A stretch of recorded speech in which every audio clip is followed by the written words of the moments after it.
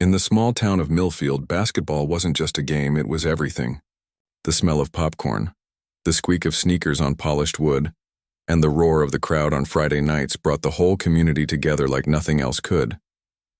For some folks in town, those games were the one thing they looked forward to all week. Jason Mitchell knew that feeling better than most.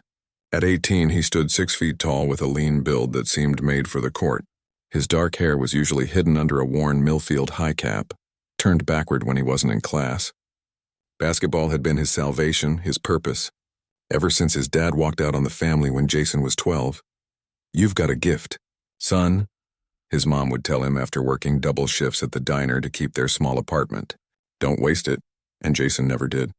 Every morning before the sun came up, he'd be at the cracked concrete court behind the apartment complex, shooting baskets until his fingers were raw. The rhythmic bounce of the ball and the swish of the net helped him forget about the stack of past-due bills on the kitchen counter or the fact that his sneakers were held together with duct tape, until he saved enough from his weekend job at the hardware. Stored by senior year, Jason had become the star of Millfield High Wolves. He averaged 28 points per game and had broken the school record for three-pointers. College scouts had started showing up to games, though they never stayed long enough to talk afterward. Jason tried not to let that bother him. He might have been the undisputed king of Millfield basketball, except for one persistent problem: Lucas Reynolds. Lucas lived on the other side of town, where the houses had swimming pools and 3-car garages. His father owned Reynolds Construction, the biggest employer in the county. Every summer, Lucas attended elite basketball camps that cost more than Jason's mom made in 3 months. He had the newest shoes, the best equipment, and a private coach who drove in twice a week from the city. The boys had been in the same grade since kindergarten but moved in completely different circles. They might never have spoken a word to each other if not for basketball. On the court, though, they couldn't avoid each other, and that's where their rivalry was born. It happened during freshman year tryouts. Jason had blown past everyone else, but Lucas matched him point for point. When Coach Bennett read the roster for varsity, both their names were on it, the only freshmen to make the cut. "Don't get comfortable. Trailer park," Lucas had said under his breath as they left the gym that day. "My dad says talent only gets you so far." Jason had wanted to fire back something about how daddy's money couldn't buy real skill, but he just clenched his jaw and kept walking. He'd let his game do the talking, and for 4 years that's exactly what he did. The rivalry pushed both boys to heights neither might have reached alone. When Jason developed a deadly accurate three-point shot, Lucas countered with unstoppable drives to the basket. When Lucas mastered no-look passes, Jason responded with defensive moves that stole the ball right out of opponents' hands. The town ate it up. Nothing drew a bigger crowd than watching the 2 best players in the county battle it out, even if they wore the same uniform. Local businesses sponsored Team Jason and Team Lucas nights, with discounts for customers wearing the right colors. The Millfield Gazette ran side-by-side stat comparisons after every game, but underneath the public spectacle, there was something darker brewing. For Lucas, beating Jason had become an obsession that seemed to matter more than the team's success. And for Jason, each encounter with Lucas was a painful reminder of all the advantages he'd never had. "Why do you let him get to you?" asked Tyler Wong, Jason's best friend since middle school and the Wolves' reliable point guard. They sat at their usual corner table in the school cafeteria, trays of mystery meat and overcooked vegetables in front of them. "I don't," Jason said, stabbing at his food. "Right," Tyler laughed. "That's why you nearly took his head off with that block yesterday. Coach made us run extra laps because of that, man." Jason shrugged. He was showing off for those girls from Riverside. Someone needed to humble him. "Just don't let it mess with your head. We've got the championship coming up." The championship. Even the mention of it sent a jolt through Jason's body. Millfield hadn't won a regional title in 15 years. This was their chance. Their last chance before graduation scattered the team to different futures. For some, like Lucas, that future was already mapped out. His dad had connections at State University, and rumor had it a spot was already being held regardless of how the season ended. For Jason, everything hung in the balance. No championship meant no attention from scouts. No scouts meant no scholarship. And no scholarship meant community college while working full-time if he was lucky. Coach Bennett understood the stakes. a former college player whose knee injury had ended his career too soon. Bennett pushed the team harder than ever as the championship approached. "Millfield hasn't seen a team with this much potential in my lifetime," he told them during a particularly brutal practice session. The gym was hot, the air sticky with humidity from an early spring rain. But potential doesn't win games. Heart does. Teamwork does. His eyes lingered meaningfully on Jason and Lucas. "Some of you are playing for your futures," Bennett continued. "That's fine, use that. But remember, on this court you play for each other first." Jason nodded along with everyone else, but he noticed Lucas looking away, twirling a basketball on his finger with practiced ease. As they left practice that day, the sky had cleared, and golden evening light spilled across the parking lot. Jason headed toward his beaten-up Honda Civic, a 16th birthday present bought with his mom's tax return. "Mitchell," Jason turned to see Lucas jogging toward him, gym bag slung over one shoulder. He stopped, wary. "Coach wants us to work on that new play together," Lucas said, his tone making it clear he'd rather do anything else. "He says we need to get the timing right. Now?" Jason glanced at his watch. He was supposed to be at work in 20 minutes. "Not my idea," Lucas said with a shrug. "Take it up with Bennett." Jason sighed and pulled out his phone to call his boss at the hardware store. Another shift missed meant another hit to his already thin wallet. But basketball came first, it had to. They returned to the empty gym and spent an hour running the same play over and over. To Jason's surprise, they actually made progress. There was something almost satisfying about the way they moved in sync when they weren't trying to outdo each other. "Not bad," Lucas admitted as they finished, both drenched in sweat. It was the closest thing to a compliment he'd ever offered. Jason just nodded, too tired for their usual tension. In that moment, he caught a glimpse of what might have been if things had been different, if they hadn't been defined by the divide that split their town in two. The moment passed quickly. Lucas's phone buzzed and his face lit up with the screen's glow. "Dad's here," he said, already turning away. "See you tomorrow." Through the gym doors, Jason watched as Lucas climbed into a gleaming black SUV. Mr. Reynolds was barely visible behind the wheel, but Jason had seen him plenty at games, tall and imposing in expensive suits, shouting instructions to his son like he was the coach. Jason walked home that night, having left his car at the hardware store. The route took him through downtown Millfield, where every shop window displayed blue and silver Wolves banners.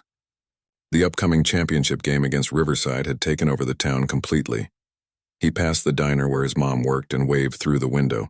She blew him a kiss, looking tired but proud. She'd never missed a game, even when it meant swapping shifts and losing sleep. By the time he reached their apartment, the streetlights had come on. He checked the mailbox, more bills, and trudged up 3 flights of stairs.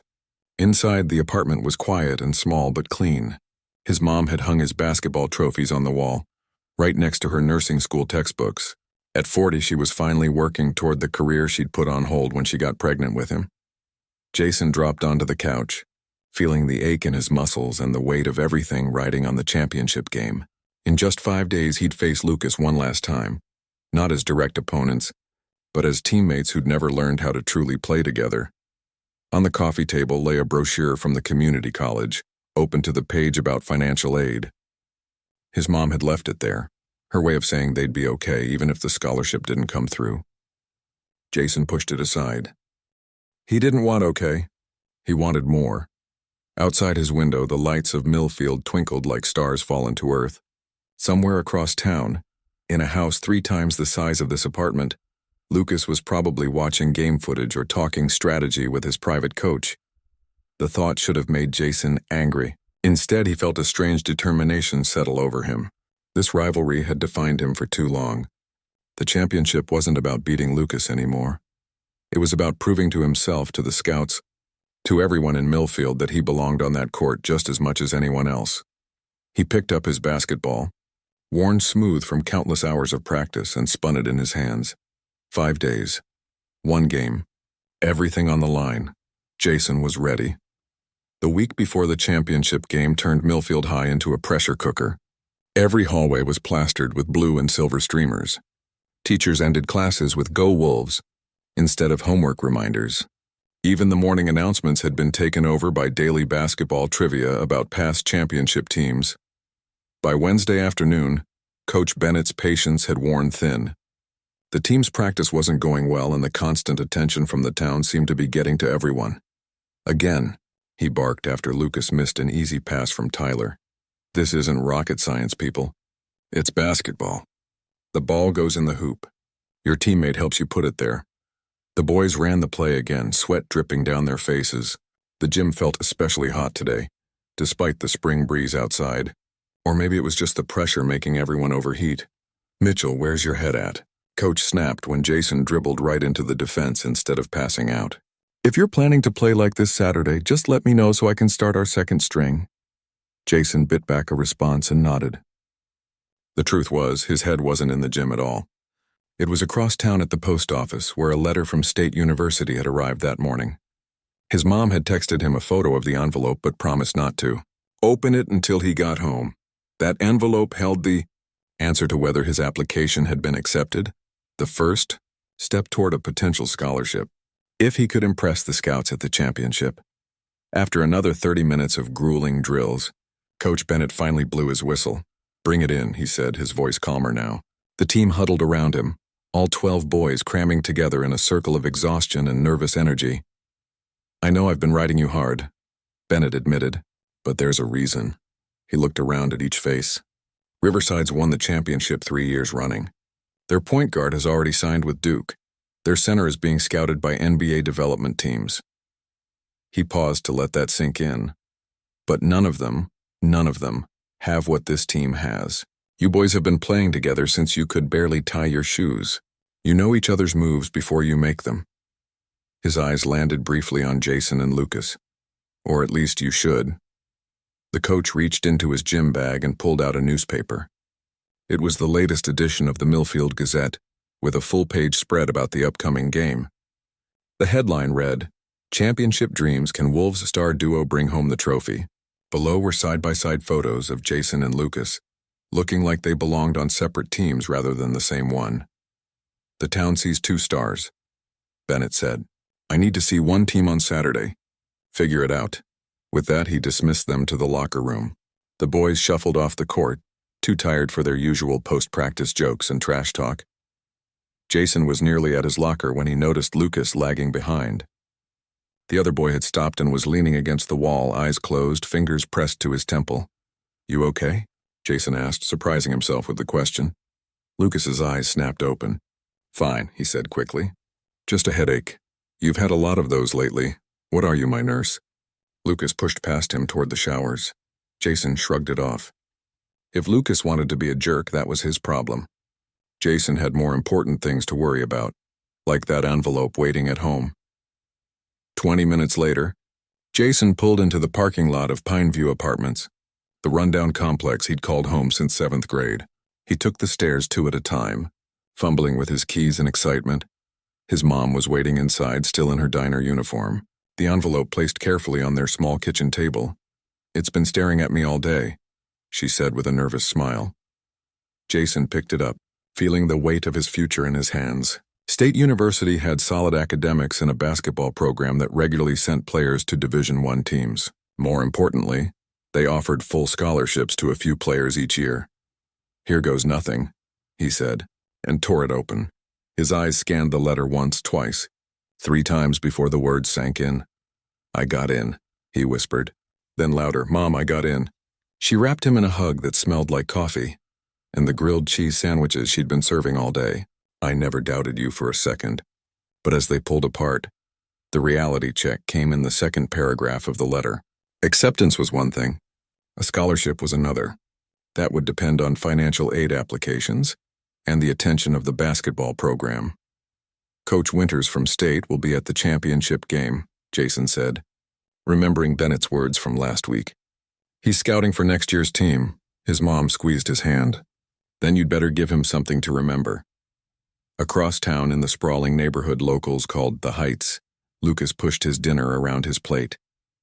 His father, Edward Reynolds, sat at the head of the long dining table, talking business on his phone while his mother sipped wine and scrolled through her own device.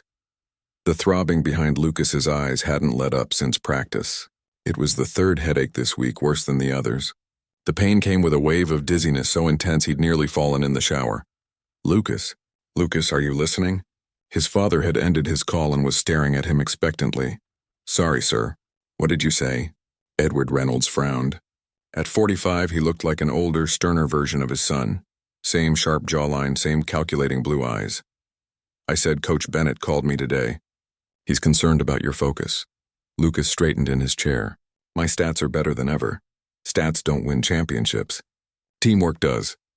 His father's words echoed Coach Bennett's from earlier, particularly with that Mitchell boy. Jason, Lucas corrected automatically. Whatever his name is. Bennett says you two still aren't clicking. Lucas resisted the urge to roll his eyes, which would only make his headache worse. We're from different planets, Dad. He doesn't even... I don't want excuses, Edward cut him off. I want results.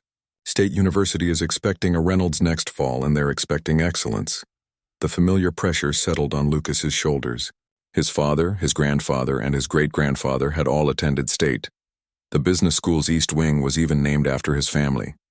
There had never been any question about where Lucas would go to college. The scout will be watching, his father continued. Coach Winters is an old friend.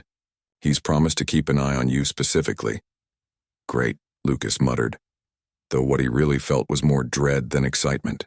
The room swam slightly as another wave of pain hit. Don't look so thrilled, his father said dryly. Some kids would kill for this opportunity.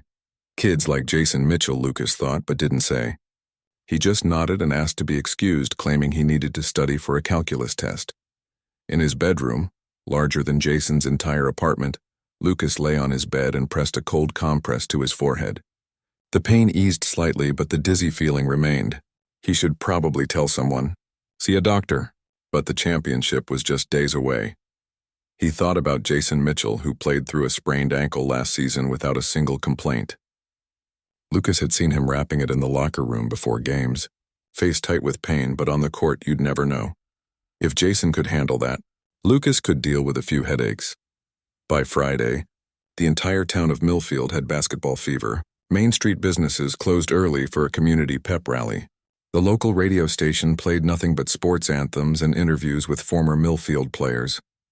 At the high school, an impromptu spirit day broke out with nearly every student dressed in blue and silver. The morning of the big game, Jason woke to a text from Coach Bennett. Scout confirmed. Arriving early to watch warm-ups. Be ready. He stared at the message for a long time, letting the reality sink in. One game, one chance to secure his future. At the pre-game meeting in the school gym, the tension was thick enough to touch. The team sat on the bleachers while Coach Bennett paced in front of them, going over last-minute strategy adjustments. Riverside's defense has one weakness, he explained, drawing on his clipboard. They overcommit to the perimeter. That means you, Mitchell, need to draw their guards out, and you, Reynolds, need to be ready for the inside pass. Jason glanced at Lucas, who sat with his head bowed slightly. He looked pale, with dark circles under his eyes. You look terrible, Jason whispered while Coach diagrammed a play. Thanks, Lucas muttered back. Just didn't sleep well. Before Jason could respond, Coach Bennett clapped his hands. One more thing. There's a reason I've pushed you all so hard this season. His usually gruff voice softened slightly. Every one of you has potential beyond this town. Some of you have college coaches watching. Some of you have different dreams. But today, right now, you have each other. Remember that when things get tough out there. The boys nodded solemnly. Even Lucas seemed to be paying full attention now. Mitchell, Reynolds. A word. Coach Bennett pulled them aside as the others headed to the locker room to change. I need my captains on the same page today, he said quietly. Whatever's between you two, it ends now. For the next 2 hours, you're not rivals. You're not Jason from the apartments and Lucas from the heights. You're wolves, clear? Yes, Coach, they both answered.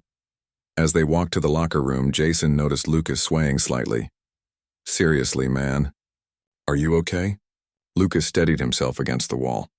For a moment, it looked like he might actually answer honestly. Then his face hardened again. I'm fine. Focus on your own game. Jason shook his head and kept walking. Some things never changed. But as he pushed through the double doors that would lead them to the court, where the stands were already packed with cheering fans, where scouts and futures waited, where everything he'd worked for would be decided in 40 minutes of play, Jason couldn't shake the feeling that something wasn't right with his rival, and despite everything, despite 4 years of tension and resentment, he found himself hoping Lucas would be okay out there, because today they weren't just rivals. They were teammates, and they had a championship to win. The Millfield High Gymnasium had never been so packed. Every seat was filled and people stood 3 deep along the walls. Hand-painted banners hung from the rafters. The wooden bleachers thundered with stomping feet as the Wolves took the court for warm-ups. Jason spotted his mom in their usual spot, halfway up on the home side. She wore her faded blue Wolves sweatshirt and was chatting with Tyler's parents. She caught his eye and gave him a thumbs up, mouthing, "You got this." On the opposite side of the gym, the Riverside Raiders fans created a sea of red and black. Their team was already on the court looking tall, confident, and practiced as they ran through warm-up drills with machine-like precision. "Don't let them psych you out," Coach Bennett said, noticing the way some of his players were watching the Raiders. "They put their shorts on one leg at a time, just like you do." As Jason moved through his pre-game shooting routine, he found himself scanning the crowd for unfamiliar faces. Coach Winters from State University would be there somewhere, clipboard in hand, deciding which players might deserve a shot at the next level. "Looking for your fan club?" Lucas appeared beside him, dribbling a ball between his legs with casual skill. "Just focused on the game," Jason replied, sinking another 3-pointer. Lucas nodded, then winced slightly, his free hand moving briefly toward his temple before he caught himself. "You should get that checked out," Jason said. "Those headaches." "After the game," Lucas muttered. "I'm fine." Before Jason could argue, the buzzer sounded for teams to clear the court. The Millfield pep band struck up the school fight song, and cheerleaders formed 2 lines for the starting players to run through. In the locker room, Coach Bennett kept his pregame speech short. "You know the plan. You know your roles. Trust your training and trust each other." He looked each player in the eye. "No matter what happens out there today, I'm proud of this team. Now go make yourselves proud." The boys huddled up, hands piled on top of each other. "Wolves on 3, Tyler called out. 1, 2, 3, Wolves!" They shouted in unison. The roar of the crowd hit them like a wave as they ran onto the court. Jason felt the familiar rush of adrenaline, the blend of excitement and nerves that always came before a big game. But today it was amplified. Today everything was on the line. The referee tossed the ball for the opening tip-off. Lucas, at center position, jumped against Riverside's 6'7" giant. Despite giving up 4 inches, Lucas got a fingertip on the ball, tipping it toward Tyler, who immediately fired a pass to Jason on the wing. Game on. The first quarter moved at a blistering pace. Riverside played aggressive defense, double-teaming Jason whenever he touched the ball. By the end of the quarter, Millfield was down by 7 points, and Jason had only managed 4 points on 2 difficult shots. "They're keying on you," Coach Bennett told him during the break. "Use it. Draw the defense and find the open man." Jason nodded, though his stomach knotted at the thought. Scouts didn't offer scholarships to players who passed up shots. They wanted scorers, game-changers, stars. But as the second quarter began, he did as instructed. When 2 defenders closed on him, he found Tyler cutting to the basket for an easy layup. When they trapped him on the baseline, he fired a pass to Pete Harris at the 3-point line for an open shot. Slowly, Millfield began to close the gap. By halftime, they'd cut Riverside's lead to 3 points. The locker room buzzed with cautious optimism during the break. Coach Bennett made a few defensive adjustments, but his main message remained the same. Keep finding the open man. They can't guard all of you. As the team headed back to the court, Jason noticed Lucas hanging back, leaning heavily against his locker. "Hey," Jason said, pausing at the door. "We need you out there." Lucas looked up, his face unusually pale under the fluorescent lights. "Just needed a minute," he said, pushing himself upright. "Let's go." The third quarter was a defensive battle. Both teams struggled to score as the intensity ratcheted up another notch. With 2 minutes left in the quarter, Riverside's star guard caught Jason with an elbow to the ribs that the referee missed. Jason hit the floor hard, the wind knocked out of him. As he lay there gasping for air, Lucas surprisingly appeared above him, offering a hand up. "Don't give them the satisfaction," Lucas said quietly, pulling Jason to his feet. Something shifted between them in that moment, a brief unspoken understanding. Maybe they weren't friends, maybe they'd never be friends, but they were teammates, and right now, that was enough. Jason found his rhythm in the fourth quarter. His shots started falling, including a three-pointer that put Millfield ahead for the first time all game. The home crowd erupted, the noise so deafening Jason could feel it in his chest. But Riverside wouldn't go away. Their center, headed to Duke on a full scholarship, began dominating inside. With just under a minute left, he scored and drew a foul, putting Riverside back up by 3 points. Timeout, Coach Bennett called from the sideline. The Wolves huddled around him, breathing hard, sweat pouring down their faces. 45 seconds, Bennett said, pointing to the clock. Plenty of time. We need a quick score, then a stop on defense. He drew up a play on his clipboard, a pick and roll designed to get Jason an open look from his favorite spot on the left wing. The team nodded, understanding their roles. Mitchell, take the shot if you have it, Bennett said. Reynolds, be ready for the rebound. As they broke the huddle, Jason caught sight of a man in the stands wearing a State University jacket, writing something on a clipboard. Coach Winters. The scout watching. The play worked perfectly. Tyler's screen freed Jason just enough to catch the pass and rise up for the shot. The ball felt good leaving his hands, but it caught the back rim and bounced off. Lucas, just as coach had instructed, was in perfect position for the rebound. He grabbed it and scored on the putback. Millfield down by 1, 30 seconds to play. On the defensive end, they needed a stop. Riverside worked the ball around, eating up precious seconds. With the shot clock winding down, their guard drove to the basket. Jason stepped in to help on defense, contesting the shot. The ball missed everything, resulting in a shot clock violation. Millfield ball, 10 seconds left. Down by 1 point. Coach Bennett didn't call timeout. Push it! He shouted from the sideline. Tyler dribbled quickly up court against Riverside's pressing defense. He was trapped near half court, desperately looking for an outlet pass. Jason cut hard to the ball, breaking free from his defender. Tyler saw him and fired a bounce pass between two defenders. Jason caught it clean and suddenly had an open lane to the basket. Time seemed to slow down. The crowd rose to their feet as Jason drove toward the hoop, his path to the game-winning layup clear. In his mind, he could already see the ball going through the net, could hear the buzzer sounding, could feel his teammates lifting him onto their shoulders. Coach Winters would see a player who delivered in the clutch. The scholarship would be his. His future would be secure. But as he neared the basket, something caught his eye. Lucas, trailing the play, had suddenly staggered to one side. His hand went to his head, his face contorted in pain. For a brief second, his eyes rolled back and he seemed about to collapse. No one else noticed. Every eye in the gym was on Jason and the ball. In that split second, Jason made his choice. Instead of taking the shot, he passed the ball to Lucas, who stood wide open at the three-point line, having regained his balance but looking confused and disoriented. The crowd gasped. Coach Bennett shouted something from the sideline. Even Lucas looked stunned as the ball arrived in his hands. Instinctively, Lucas caught it and shot. But his timing was off, his balance wrong. The ball sailed wide of the basket, not even hitting the rim. The buzzer sounded, game over.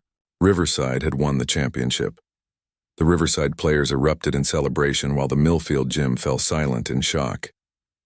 Then came the confused murmurs, the angry outbursts, the looks of disbelief. Jason stood rooted to the spot, watching Lucas. His rival still looked dazed, but the immediate crisis seemed to have passed. Whatever Jason had seen, whatever had made him pass up the shot, wasn't obvious to anyone else. Coach Bennett was the first to reach Jason, his face a mask of disbelief and anger. What was that? He demanded, keeping his voice low but intense. You had a clear layup. I thought he had a better shot, Jason said weakly, knowing how ridiculous it sounded. Bennett stared at him for a long moment, then shook his head and walked away to congratulate the Riverside coach. As the teams lined up to shake hands, Jason could feel the weight of every stare in the gymnasium. The Millfield fans looked stunned and betrayed. His teammates avoided eye contact. Even his mother seemed confused, giving him a concerned look from the stands. In the handshake line, the Riverside players smirked and whispered as he passed. Thanks for the championship, their star guard said with a laugh. Jason barely heard him. He was watching Lucas, who moved through the line mechanically, his face still too pale, his movements slightly unsteady. When they reached the locker room, the questions began in earnest. What were you thinking? Tyler demanded, his voice echoing off the metal lockers. Lucas hasn't hit a 3 all game, Pete added. "You threw away our championship," someone else called from the back of the room. Jason sat on the bench in front of his locker, head down, unable to explain.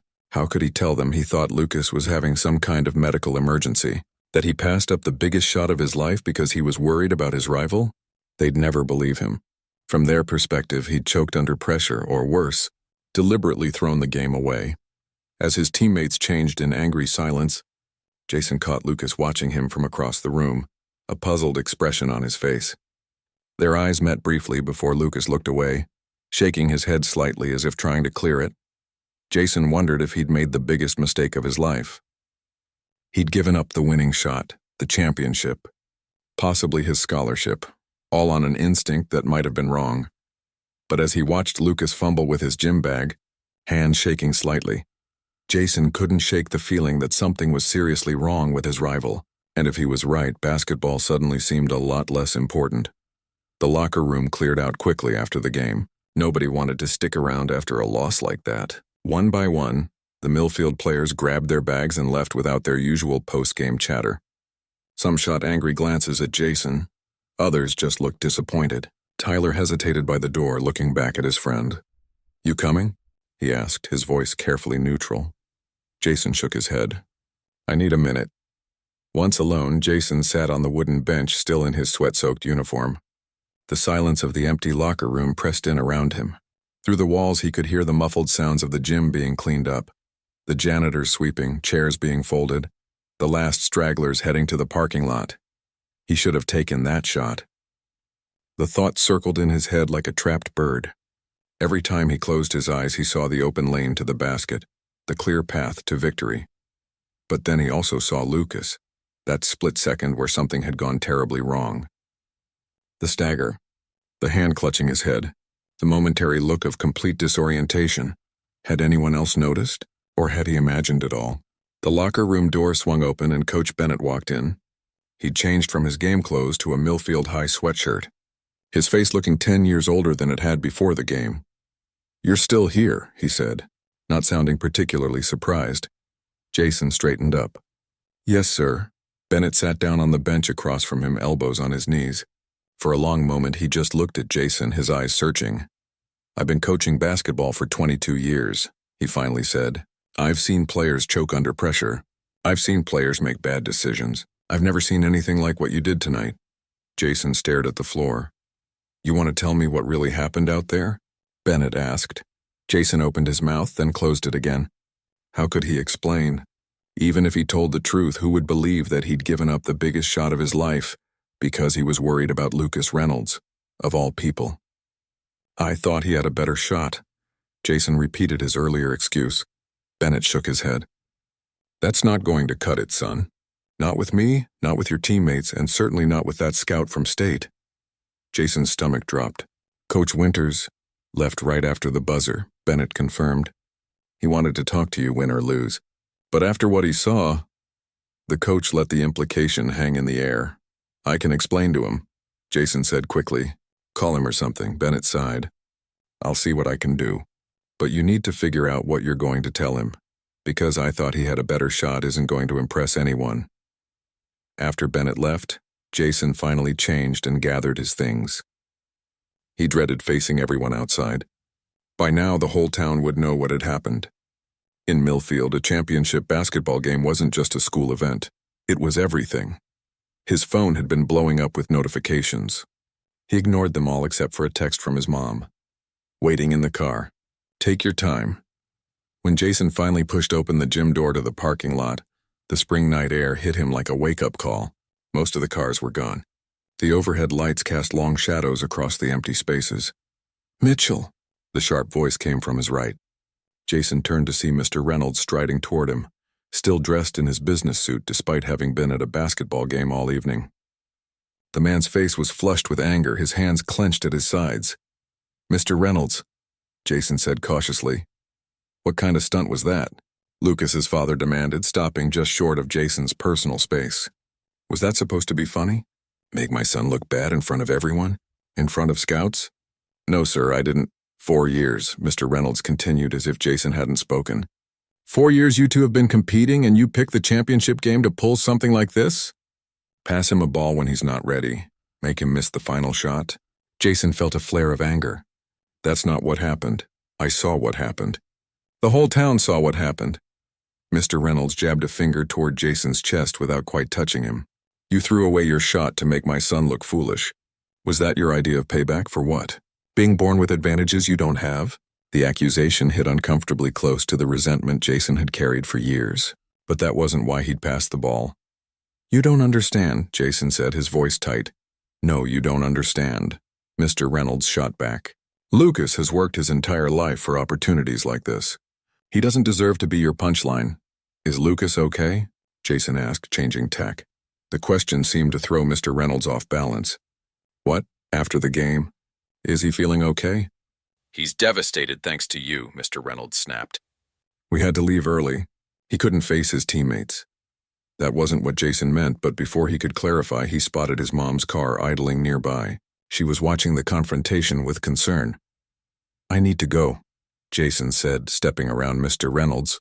We're not finished. I think we are, sir. Jason walked away, his heart pounding. Something about Mr. Reynolds's words bothered him. They had to leave early. Lucas couldn't face his teammates. Or was it that Lucas wasn't physically able to stay? As Jason slid into the passenger seat of his mom's car, she gave his arm a gentle squeeze. Rough night, she said. It wasn't a question. The roughest. She pulled out of the parking lot, driving in silence for a few blocks before speaking again. Want to tell me what really happened back there? Jason looked out the window at the darkened houses they passed. Many still had Millfield Wolves signs in their front yards. How quickly would those come down now? I saw something, Mom, he finally said. During that last play, Lucas looked wrong, like he was about to pass out or something. No one else noticed because they were all watching me and the ball. His mom frowned. You passed up the shot because you were worried about Lucas? It sounds stupid when you say it out loud, Jason admitted. No, it doesn't. She stopped at a red light and turned to look at him. It sounds like you have good instincts about what really matters. Basketball is just a game, honey. People's well-being is more important. The light turned green and she drove on. But no one's going to believe that's why I did it, Jason said. They already think I choked or was trying to sabotage Lucas. Does it matter what they think? Jason thought about Coach Winters walking away without talking to him. About his teammates' angry, betrayed faces. About his scholarship chances possibly going up in smoke. Yeah, Mom, it kind of does. By morning, the situation had only gotten worse. Jason woke up to dozens of messages on his phone, many from numbers he didn't recognize. He scrolled through a few. Accusations, insults, theories about why he'd thrown the game.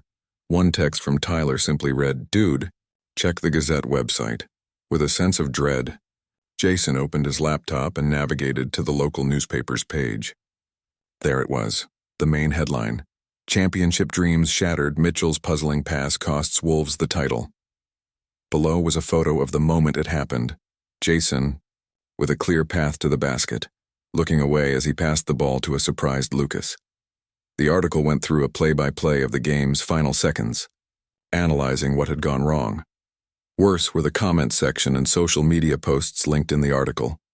Local sports fans were in an uproar. Some accused Jason of choking under pressure.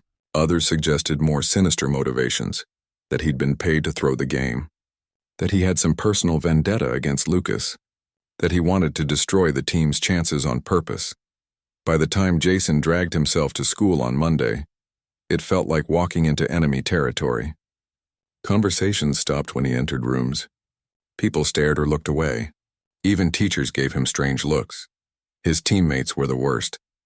In the hallway between classes, Pete walked past and deliberately bumped Jason's shoulder without a word. Others simply pretended he didn't exist. Only Tyler maintained a fragile neutrality, sitting with Jason at lunch despite the obvious social cost.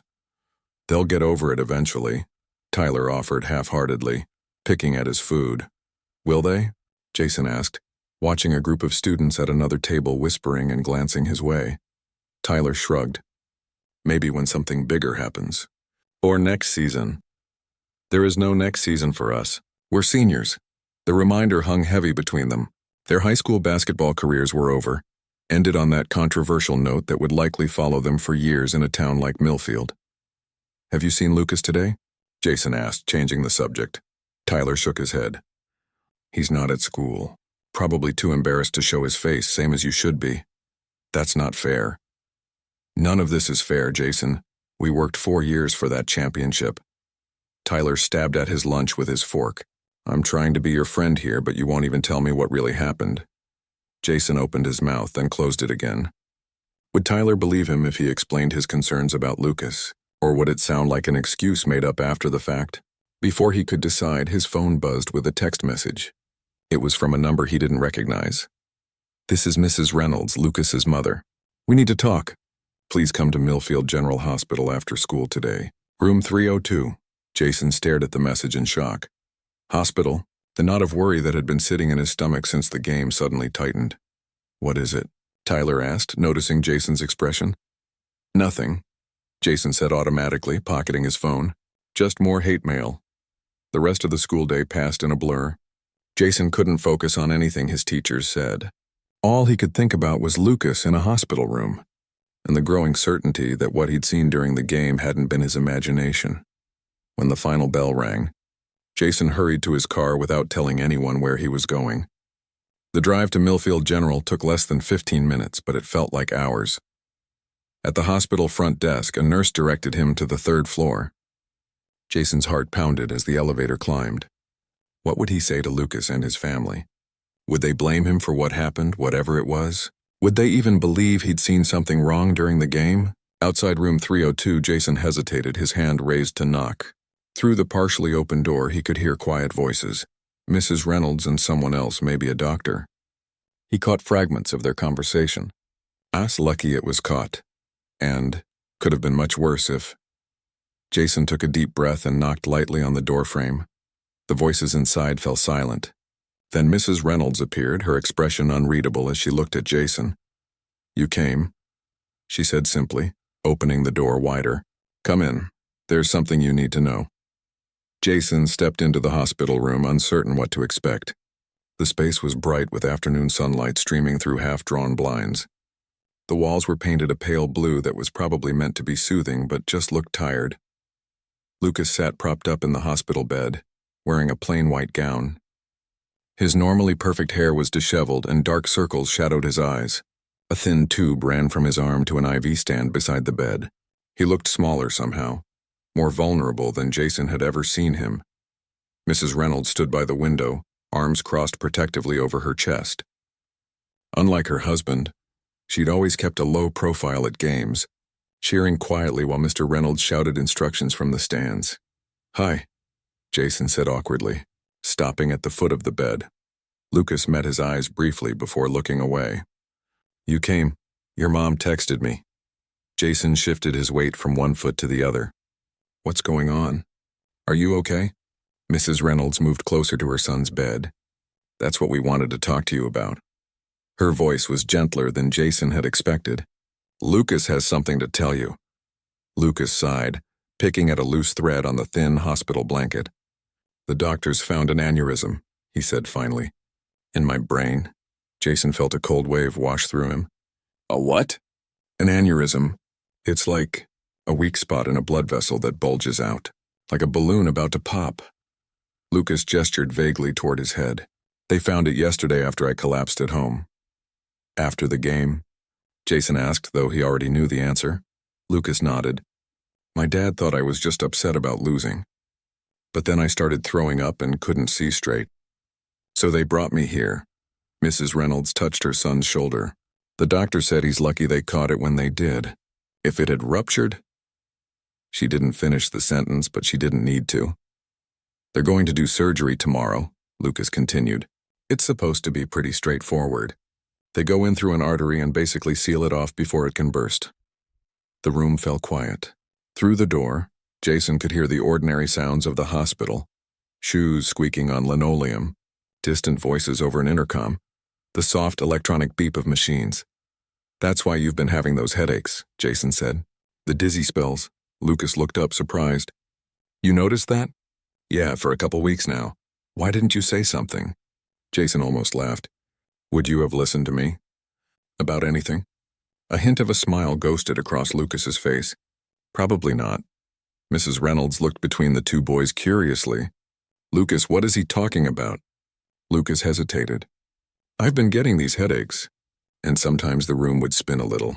It got worse during games or practices when I was running hard. You never told us, his mother said, her voice strained.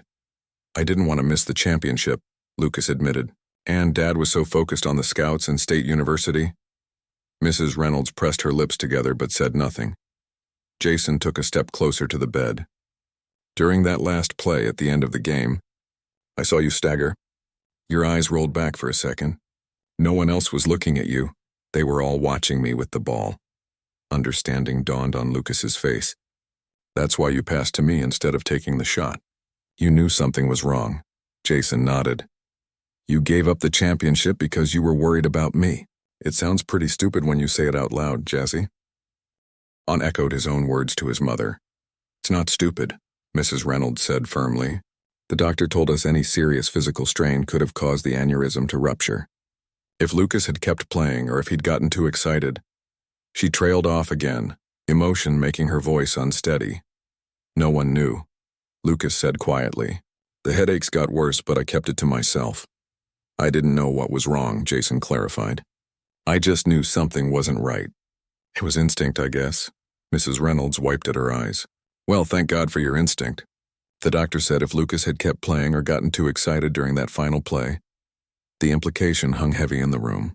If Jason had taken that shot, if the crowd had erupted, if the adrenaline and physical strain had pushed Lucas's body past its breaking point, the outcome could have been far worse than a lost championship. Does your dad know? Jason asked. Lucas exchanged a look with his mother. He's still processing it. He went home to get some things for my overnight stay. He feels terrible about what he said to you, Mrs. Reynolds added, looking at Jason. Once the doctor explained what could have happened, the door opened, and as if summoned by their conversation, Mr. Reynolds walked in carrying a small duffel bag. He stopped short when he saw Jason. Mitchell, he said stiffly. Then with visible effort, his expression softened. Jason, I owe you an apology. No need. Sir? Jason said automatically. There is a need. Mr. Reynolds set the bag down and stood at the foot of the bed. His usual commanding presence diminished by the worry etched on his face. I accused you of intentionally embarrassing my son. I was wrong. Jason nodded, unsure what to say. The doctor explained what could have happened if Lucas had continued playing or gotten too excited. Mr. Reynolds glanced at his son. You noticed something no one else did, including me. And you gave up. Well, you gave up a lot. Anyone would have done the same, Jason said, though they all knew that wasn't true. An awkward silence fell over the room. 4 years of rivalry and class differences couldn't be erased by one moment of crisis, no matter how significant. I should probably go, Jason said eventually. Let you guys have family time before tomorrow's surgery. Wait, Lucas said. What about you? The Scouts, the scholarship? Jason shrugged, trying to seem more casual than he felt. I'll figure something out. No, Mr. Reynolds interjected firmly. That's not acceptable. I have some connections at State. Once they understand what really happened, Dad. Lucas cut him off. Don't pull strings. That's not what Jason needs. His father looked taken aback. Then what do you suggest? Mrs. Reynolds asked her son. Lucas met Jason's eyes directly. The truth. Just tell everyone what really happened. By the next afternoon, the story had spread through Millfield like wildfire. It started with a simple social media post from Lucas's hospital room, a photo of him giving a thumbs up next to Jason with the caption, "With the guy who probably saved my life during Saturday's game." Turns out basketball isn't the most important thing after all. The post included a brief explanation about the aneurysm, the surgery scheduled for that day, and what might have happened if Jason hadn't noticed something was wrong. Mr. Reynolds, with his connections to local media, ensured the Millfield Gazette ran a special edition. The headline was a complete reversal from the previous day.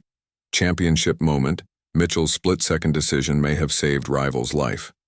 By evening, as Lucas came out of successful surgery, Jason's phone wouldn't stop buzzing. Teachers, classmates, neighbors, even strangers were reaching out, some to apologize for jumping to conclusions, others simply to express amazement at what had happened.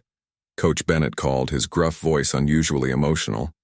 I just got off the phone with Coach Winters from State, he told Jason. Oh?